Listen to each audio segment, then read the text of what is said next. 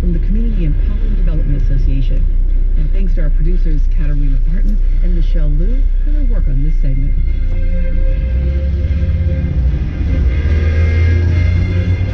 Support for The Takeaway comes from BetterHelp Online Counseling. BetterHelp, connecting people with a therapist in a private online environment for issues like depression and anxiety. 20,000 therapists are available through BetterHelp using a computer or smartphone. BetterHelp.com/public.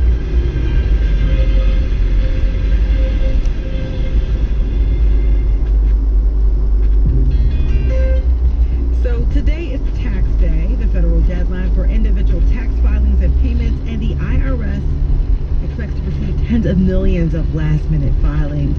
It's also facing the biggest backlog in history. A bit of advice from an expert via our news partner 6ABC. If you haven't filed by today, don't rush it. Get an extension. It's better than having to amend your filing later. I'm Cherry Gregg. You are listening to 90.9 FM. Back to The Takeaway. It's 1240.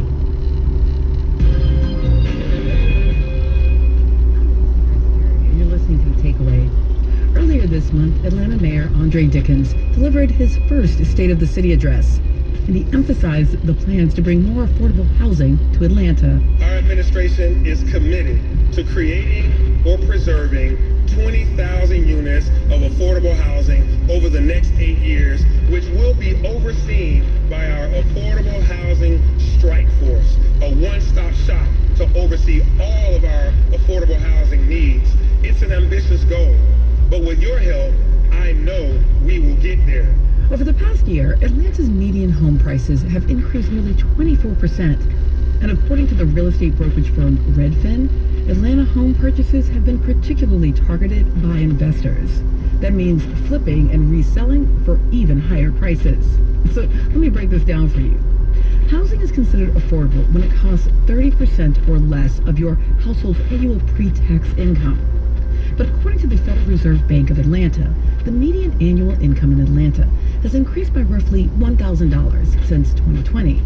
Meanwhile, the median home price has gone up by more than $100,000. You don't even need a calculator to realize that those numbers don't add up to affordability. As housing prices rise, the city's racial demographics are shifting. White residents coming to Atlanta have vastly outnumbered the arrival of new black residents. That's a reversal of trends from previous decades when black residents made up the majority of Atlanta's population. For our ongoing series, Georgia at the Intersections, we're talking about what this all means for Atlanta residents and Georgia politics. I spoke with Jim Burris, a reporter who's been covering Atlanta's housing market for nearly 14 years at Atlanta's public radio station, WABE. If you're coming from San Francisco or a New York City, then the prices here are going to look cheap. But let me put it into some perspective. Maybe a decade ago or a little longer, when we had the housing bubble burst, Atlanta suffered more than just about anywhere. And that brought to the average home prices well below $200,000. And now they are approaching $500,000. So we've really seen prices more than double in the past decade. And have salaries in the Atlanta market kept up? Mine hasn't. Most haven't. It hasn't doubled for you?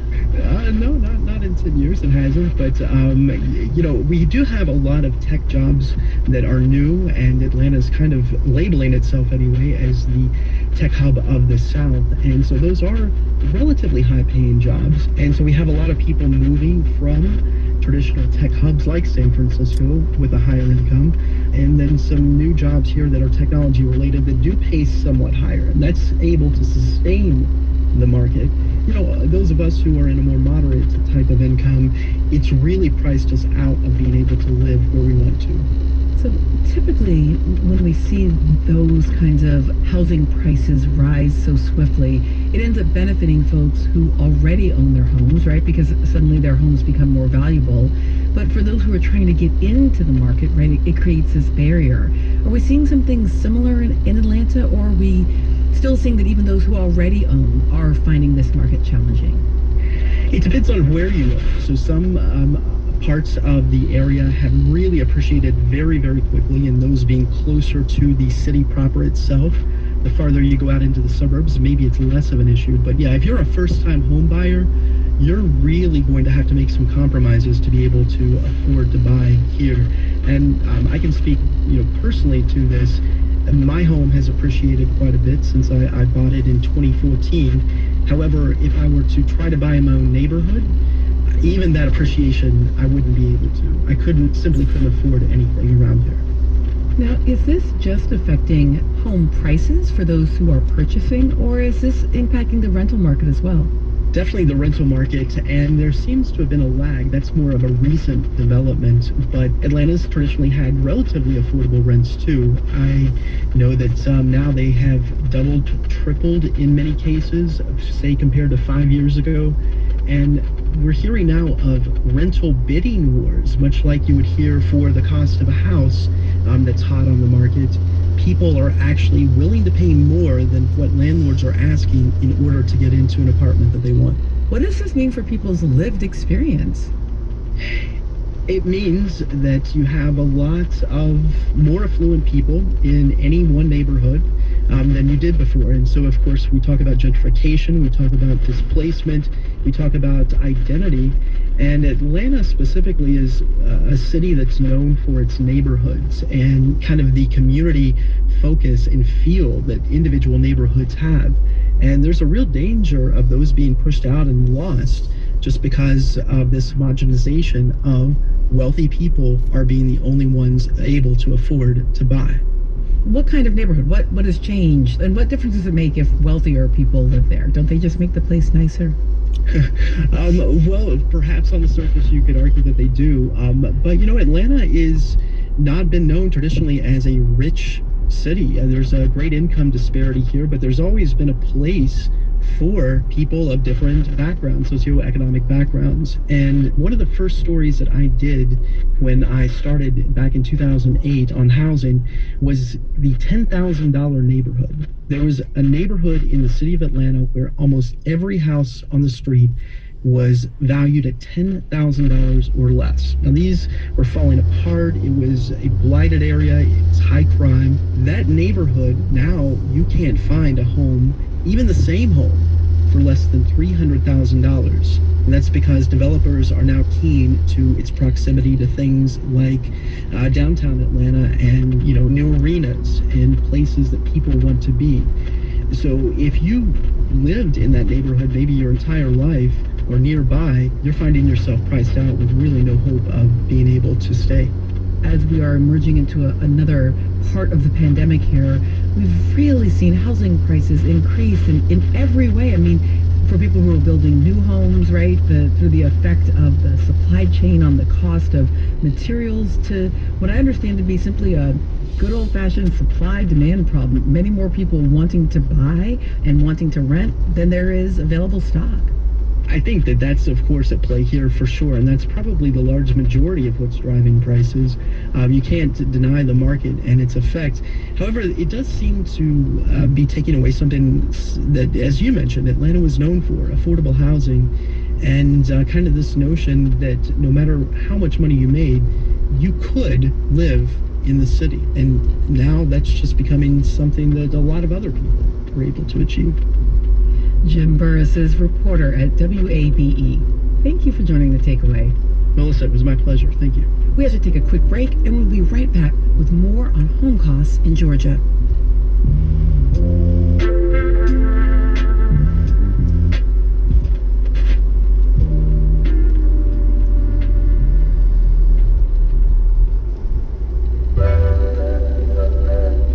It is 12:48, and you are listening to WHRY 90.9 FM.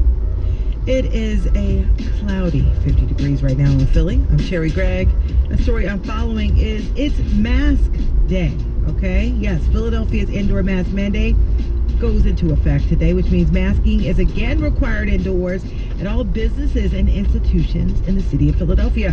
But according to the Associated Press and Billy Penn, several businesses and residents have filed suit in state court.